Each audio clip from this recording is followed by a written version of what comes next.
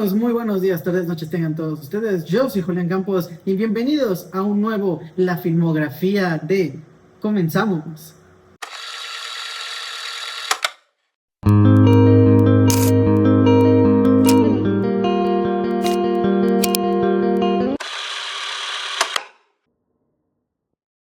Ya estamos de regreso en esta nueva sección del perfil de este canal, en donde vamos a platicar y a repasar un poco la filmografía de grandes directores o actores en este medio que es Hollywood, en esta gran industria que es el cine. Y es que hoy nos toca hablar de una leyenda, padre considerado por muchos el padre de los blockbusters. Estamos hablando de este señor, nacido el 18 de diciembre de 1946 de Cincinnati, Ohio, para el mundo, Steven Alan Spielberg. Y es que el día de mañana, miércoles, me parece que es 10 de junio, ya por fin llega a los cines su nueva obra, Disclosure Day, el día de la revelación, nueva película que este señor nos trae con su visión, con esa curiosidad que él tiene por el fenómeno ovni. Ya lo iremos hablando poco a poco más a fondo a lo largo de este video. Vamos a comenzar rápidamente con lo que fue sus primeras obras, sus primeros cortos, y es que él ha tenido un total de 5 cortos cuando era joven. El último de ellos que realizó en 1968, Firelight. Esta película que en el 1964 la convirtió ahora sí en una película, para después pasar al año 1971 y estrenar Duel. No voy a comentar mucho las películas que no he visto porque pues no sé mucho de ellas, no he visto toda su filmografía de este señor. He visto un poco más las comerciales, digamos, o al menos las que han tenido más ruido al momento de sus estrenos. Entonces, de ahí nos seguiríamos con The Sugarland Express, estrenada en el año 1974. Y ahora sí, llegaría lo que para muchos es considerado el inicio de los blockbusters en el cine, padre también de esta, ¿cómo decirlo?, esta técnica que él tiene cuando estrenó esta película en 1975, Jaws o Tiburón. Esta técnica de tener una película de suspenso, de terror, vamos a decirlo así, más que nada de suspenso, este formato en el que las personas son perseguidas por una criatura, por un monstruo, por un animal, y nunca lo vemos hasta el final de la película. Y esto es un poco algo que él, pues no sé si decir que lo inventó, o algo que él lo popularizó mucho, el hecho de tener a una criatura que esté persiguiendo a los protagonistas a lo largo de la película y nunca lo veamos hasta el final. Esa sensación que te transmite, bueno, tú ya sabes que es un tiburón, ¿no? Por el título, que de hecho el título original es Mandíbulas. Lo pusieron así muy obvio, tiburón, para que lo vendieran, no sé por qué. Pero bueno, él fue el que empezó a popularizar mucho esta forma narrativa en que te cuentan la historia. Y pues bueno, es una franquicia es un concepto del tiburón ya muy sobreexplotado. Hasta hoy en día hemos tenido chorrocientas mil millones de películas de tiburones. Y pues sí, desgraciadamente este señor tuvo la culpa allá en el año 1975, pero es una película que recaudó muchísimo dinero en taquilla. Y muchos consideran que es el inicio de los blockbusters porque al estrenarse en el mes de junio, pues dio inicio como a la temporada de verano allá en los Estados Unidos, me parece que también aquí en México y en Latinoamérica. A partir de ese entonces, muchas productoras, muchos estudios decidieron estrenar películas grandes en el verano para que precisamente mucha gente vaya a verlas y así recaude muchísimos más ingresos. Por lo que generalmente hoy en día vemos muchas películas grandes o de renombre estrenarse entre los meses de junio, julio y agosto, que es la época de verano. Muchos están de vacaciones, muchos van al cine y muchos disfrutan de estas grandes producciones. De ahí, eso le abriría la puerta a muchos éxitos más. Por ejemplo, unos años más tarde, en 1977, estrenaría una de las primeras películas que ya comenzaban a hablar del fenómeno ovni, el fenómeno UFO y de los extraterrestres en general. En 1977 llegó Close Encounters of the Third Kind, Encuentros cercanos del tercer tipo. Otro tremendo peliculón que no lo mencioné tanto en mi video anterior, mi top 5 películas favoritas de extraterrestres, porque pues no es que una película de terror o de suspenso, es más ciencia ficción. Este señor es muy, muy especialista en hacer películas de ciencia ficción. Aquí se nota bastante eso. Sí me gusta la película, sí es entretenida, pero mi favoritismo es un poco más allegado a las películas pues de suspenso, más de terror, y yo creo que por eso no la consideré en mi top 5 películas favoritas de extraterrestres. Sin embargo, reconozco el gran trabajo que hizo este señor en esa película. Es un peliculón, los efectos especiales están muy bien, la historia, como este señor, me parece que es un electricista, empieza a ver en el pueblo estas luces, como el gobierno trata de comunicarse por medio de sonidos con la nave. El diseño de los extraterrestres también está muy bien hecho. Y pues es una película entretenida, ¿no? Y como desde aquel entonces Steven Spielberg, yo digo que este señor sabe cosas que nosotros no. Este señor no sé si sea un extraterrestre o algo por el estilo, no sé si sea un contactado, no sé si sea un elegido, pero muchas veces en las películas que él ha hecho de esta temática, siempre nos deja ver algo que está inspirado en la realidad, o él se basa en ciertos acontecimientos que están presentes en la vida real, ¿no? Entonces me parece algo muy interesante cómo desde aquel entonces Steven Spielberg ya nos trataba de dar un mensaje: que estás encriptado, que estás disfrazado, pero esta película es muy buena y es muy interesante, al menos también en lo que el fenómeno ovni se refiere. De ahí pasaríamos al año 1979 con la película de 1941. Me imagino que es como una especie de película de guerra o algo así. Sinceramente no he tenido la oportunidad de verla.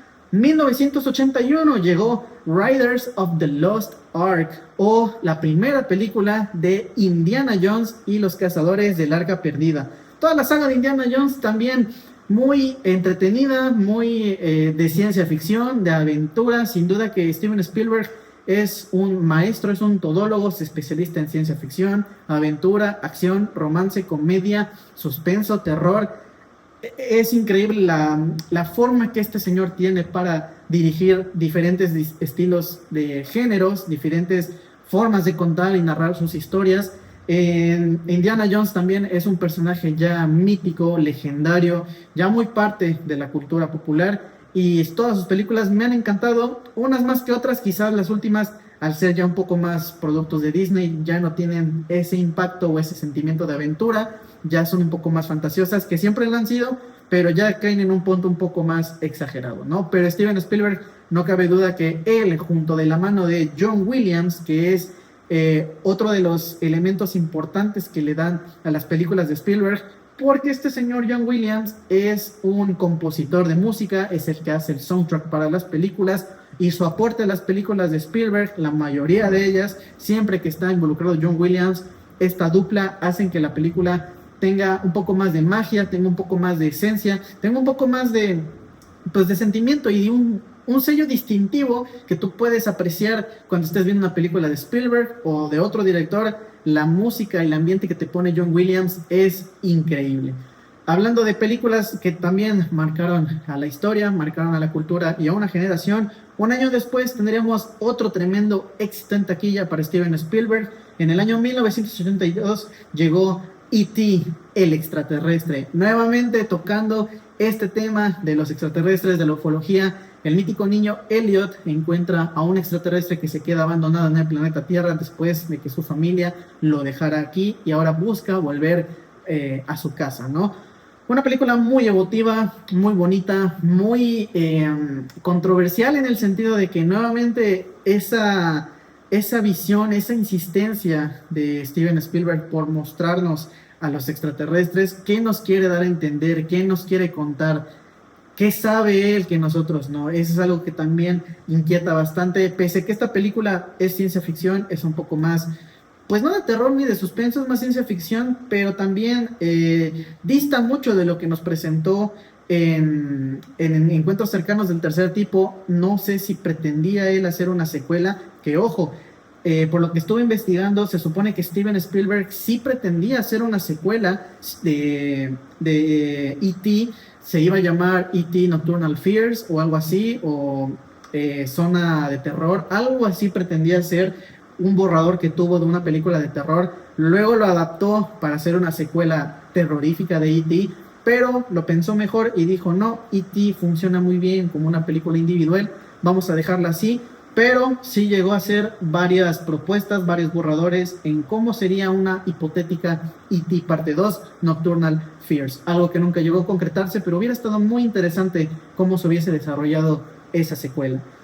Posteriormente pasamos un año después, 1983, Twilight Zone, The Movie, o película de la zona negativa o la zona siniestra, no recuerdo bien cómo se llama esta película, basada en una popular serie de los 80s, si no mal recuerdo, de los 70s, una popular serie que Steven Spielberg la adaptó a película. Tampoco he tenido oportunidad de verla, pero he escuchado que tiene muy buenas críticas.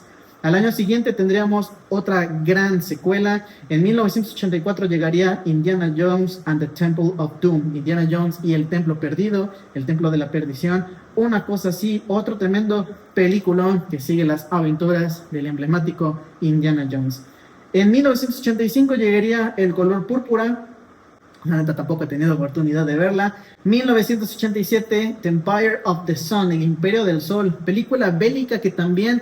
me agrada mucho los efectos especiales, la trama está interesante. Steven Spielberg también es un maestro, es un fanático en estos temas bélicos de guerra, siempre se especializa mucho en traernos películas de ese estilo. Ya lo vimos unos años antes con 1941, en esta ocasión en El Imperio del Sol también una película de guerra. Steven Spielberg también nos muestra mucho esa crudeza que tiene las propias guerras, y en esta película creo que se puede apreciar bastante bien.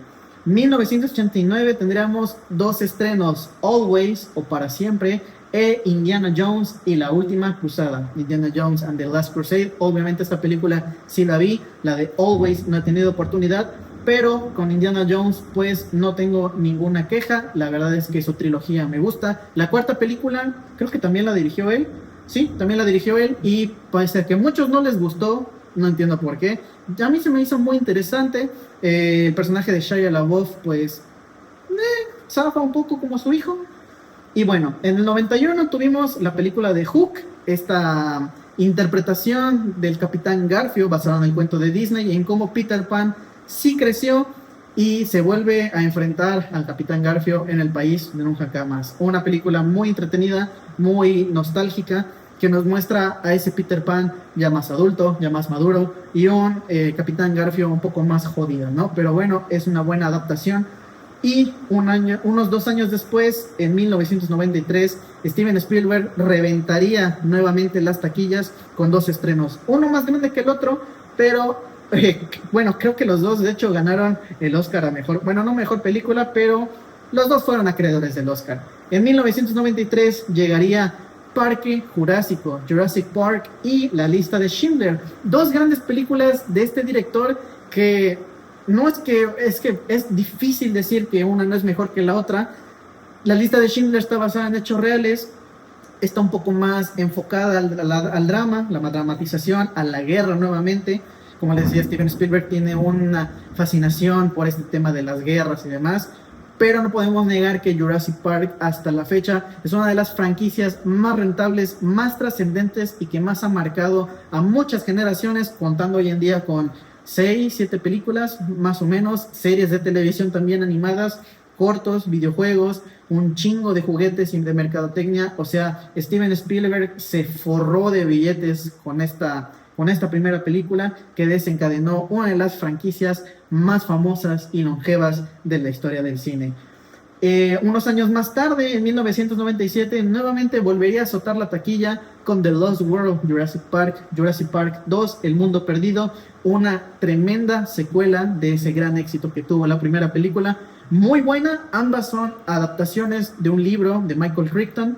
Las demás películas que sacaron ya no tienen nada que ver con los libros, pero al menos estas primeras 2 películas es de lo mejor de la saga. Y bueno, en ese mismo año, en 97, llegaría la película de Amistad. No he tenido oportunidad de verla, pero sí que me llama la atención.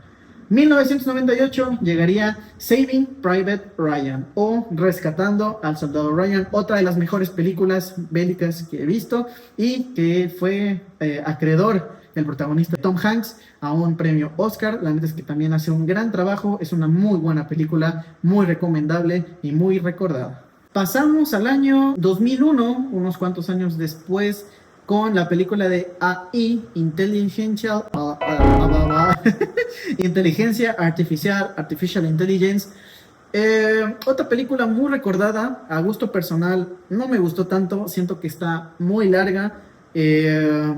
La trama no es que sea compleja, pero la neta no sé, hay algo que no me atrapó tanto en esta película, se me hizo muy tediosa, se me hizo muy aburrida, los personajes como que no son tan carismáticos, tan emblemáticos. El niño David, pues la neta no le encontré mucho chiste a su historia. Yo sé que es una película que a muchos les gusta, que tiene mucho trasfondo. Incluso hoy en día nuevamente caemos en ese futurismo que Steven Spielberg nos muestra en la película. Muchas cosas que hoy en día ya lo vemos para una película del 2001, 25 años después. Es increíble cómo se empiezan a dar las cosas poco a poco en cuanto a robótica, en cuanto a inteligencia artificial, estos diseños futuristas de los carros, de las arenas, de las ciudades. Es algo que hoy en día ya lo podemos ver y que no solamente él, sino muchos directores también ya han plasmado este concepto desde mucho tiempo atrás.